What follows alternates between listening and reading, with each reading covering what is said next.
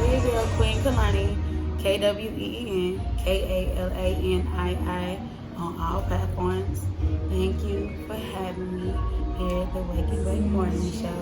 And I appreciate y'all for having me. And go stream my music. Stay black. Yo, yo, yo, yo, yo, yo, yo. You tuned into the Livest morning show. It's your boy Marvin the Plug checking in. We right here at the Low Loft early this morning, lit. Shout out to everybody in the building. Hey, shout out to Gracie Warner. Hey, she stepped in the building. Hey, shout out to her for checking in today. Hey, we also got the rest of the crew in the building today. Lenny Booty, Freddie Bryson. Hey, DJ No Reason in the building. Everybody, hey, we all live and lit early this morning. I got the Queen with me. What's up? Hey, Queen Kalani. Shout out to Trap Trees. Hey, shout out to the Trap Trees. We lit this morning. Hey, people know what's going on. All right, well, I am Queen Kalani. Some of you may have heard of me. Some of you may have saw me. I really be incognito a lot of times. You can find my music and follow me on all platforms. KWEEN. KALANII, Queen Kalani. I just dropped a single called Black Lives Matter on Black Friday. And, you know, without promo, it's actually doing a really good job. I think it's because of the space that we're in right now, even as a people. But the album actually did, the project, my first project, EP, actually did really well. It just hit 850,000 streams. And I released it this year on Valentine's Day. Yeah, so I'm gonna teach independent artists how to do it without a label. Yeah. Hey, she definitely been on her fucking grind. I'm talking about from the first time I fucking heard her music, I was like, fuck, this fucking sound is fucking amazing. I fucking ran around the club the whole night to try to find her. She had disappeared on me. And then all of a sudden she popped up. Yeah, I was like, damn. That's the Trap Treat girl. I said, well, damn, I never knew. So she is real incognito on the scene. Like, I like business. My hand is into business. So with Trap Treats, I do project management and brand marketing. So, I mean, I could pretty much do that for any company. My goal was to do it with my music first, and then do it with just other streams of businesses that believed in me, like off rip. And then I would do it. So it was more like a test of faith. I knew I could do it, but if everybody know you could do something, then everybody would gravitate to you. And people don't know, but I'm 31 years old. So I'm a little seasoned, and I've always been like a magnet.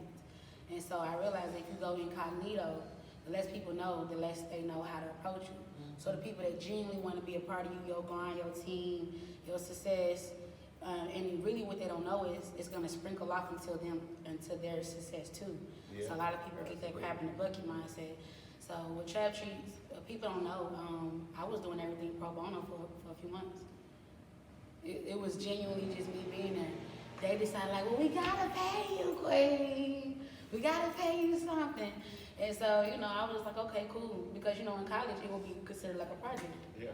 You know what I'm saying? So I just took it personal.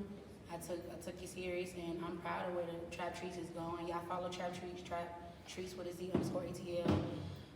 And every Thursday we do a show like this, a podcast on Live Hip Hop Daily. Just bringing awareness to any black business owner. Doesn't matter what you do.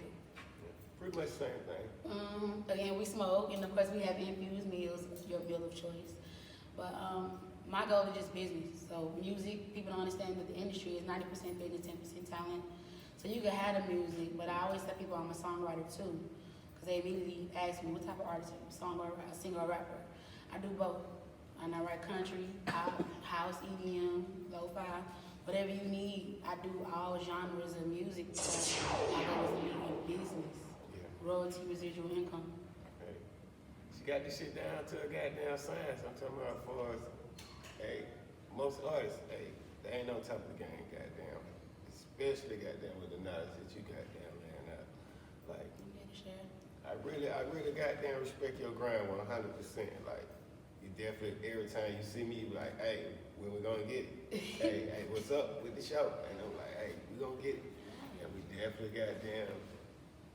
We're here. Yeah, but I On a definitely random ass got Saturday. like, yeah, Morning. yeah, like your music. Thank you. When did you start doing music? Alright, so as far as the studio, I got my first studio when I was 15. And believe it or not, well, I'm sure I could probably tell this story. It was over 15 years ago. So Candy Burris had a label called Candy Coated Entertainment. She later kept that name and did Candy Coated Nights, but only somebody who was with her 15 years ago would know where the name derived from. Okay. So I was too young to be whatever because I was 15. So I decided to write for her group called Eye Candy. She had a couple people on her team. Producers will be. He's now a successful photographer, Temper Mystic, and one more DJ shoot out his studio now. So he's successful, but in something else. Okay. So nobody know that he was a producer too back in the day. But he used to be a producer for her label. She had a lady named Tweet, and I don't know how they found me. I think I saw him on a radio station. I won the Keisha Cole contest on radio station, and Jazzy Faye and Mommy Chula referred me to them. So I ended up getting with them. They told me they needed a project. Hey, they gave me a beat of tracks, like 13 beats, and they told me I had 4 days to come up with something. So I wrote all of them. I didn't know I was a dope songwriter until I realized I was. I didn't know that I could sing as good as I did until I got that chance, because in the house they just tell you to shut up. Shut up, be quiet, you always singing. But when you find that people want you, you're like, okay, cool. And then the first thing people say, why would you let them take your music? People not even gonna know it's you. I'm like, I don't care. You feel me? And I still don't, because I understand residuals and royalties, and that's how you live an imprint and legacy in the game. So I started writing music. I came up with a lot of music. They loved it. The group never stuck together. They was like teens. They kind of had their own little drama. Candy was threw away with it, and then that was that. So I was still left with the music.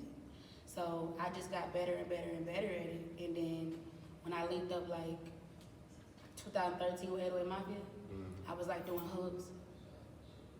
And then that's when I realized I knew how to write rap. I was writing for Ethan Sachi and 808 Mafia. He had a couple songs besides Matumbo. I kind of forget because there's a lot of songs he did. But he came out with the song, I think with DJ Drama, Thug City, Thug City, Thug City. We fuck all these bitches. So back then when 808 Mafia first getting their way, I knew I was gonna be stuck in just trap. So I had to miss my opportunity then. And fall back. I was winning the battlegrounds that 107 I was doing, but everybody I was competing against was rappers. There was no singers. I was the only singer. Okay. I ended up getting pregnant, took a long break. And I was in an abusive relationship then, so a lot of that all kind of hit me at once. Like, I just had to do something with it. So I just really turned my pain and struggle into music. And when I studied business management, I realized that it was a product. That's what we didn't understand. We want to get on stage, show everybody we can do this, but they don't understand your music is a product. If you don't know how to position that product for it to be worthy of buying and investing in, they will never look at you.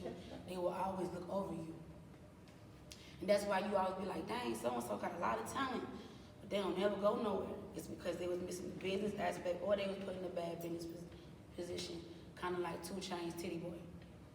But you gotta pay attention and understand it then and now to get it now, because there's nothing that it just gonna grow on you. The music business is still a business. It's just like when they say history repeats itself. So I just kept faith that I was gonna make it. And it don't matter how and how long. Nobody's ever heard your music until they heard it. So it wasn't never old. It wasn't nothing for me to ever give up on. It was just only something for me to master. So when I got in the game, I knew that business was gonna take me off, not the music necessarily. So you made me based on my business skills, not my music skills. Yeah. That's why I wasn't too quick to introduce music to everybody. I want people to understand me as a businesswoman, then an entrepreneur, then an artist, or a project management for trap trees, or a clothing designer, or whatever, etc. Or a silent investor. But the music started young. I never lost passion. Hey, that's one thing I can congratulate you on, because I was in somewhat of a similar situation to where I was introduced to the music at a young age, and I was placed into a group, but the group pretty much fell apart at a young age, so that pretty much discouraged me from doing music at a young age, understanding how the industry works and the behind the scenes and all the negative stuff that comes with it. I didn't really want to deal with all that, because you look at everything as being positive. Bullshit. Yeah, but then once you see the Associated with your bullshit, love. then you was like, oh no, I don't even think I would even do It hurt a lot of real niggas. I see it every day. Yeah. I mean, I be even getting in combative arguments like, why would you quit? Like, try a different approach. Build a different marketing plan. You gotta build a business proposal. Find an investor. You can't just quit. And they take you, that's why like the opportunity they say to be wealthy is for everybody, but it just take a certain person that believe in themselves, have like this childlike imaginative state of mind in order to keep going. And that's why they always call like the rich and the wealthiest and like the most like intuitive, like crazy people or geniuses. Yeah, it's a way of mind. Y'all stay tuned, man. We finna drop more gems. We finna drop this goddamn trap treat thing song for y'all, goddamn, so we can show y'all just a few of her skills, and then we gonna goddamn ease on into the vibes from the queen right here. Y'all stay tuned. Hey, shout out to the trap treats, man. Y'all make sure y'all tune in, man.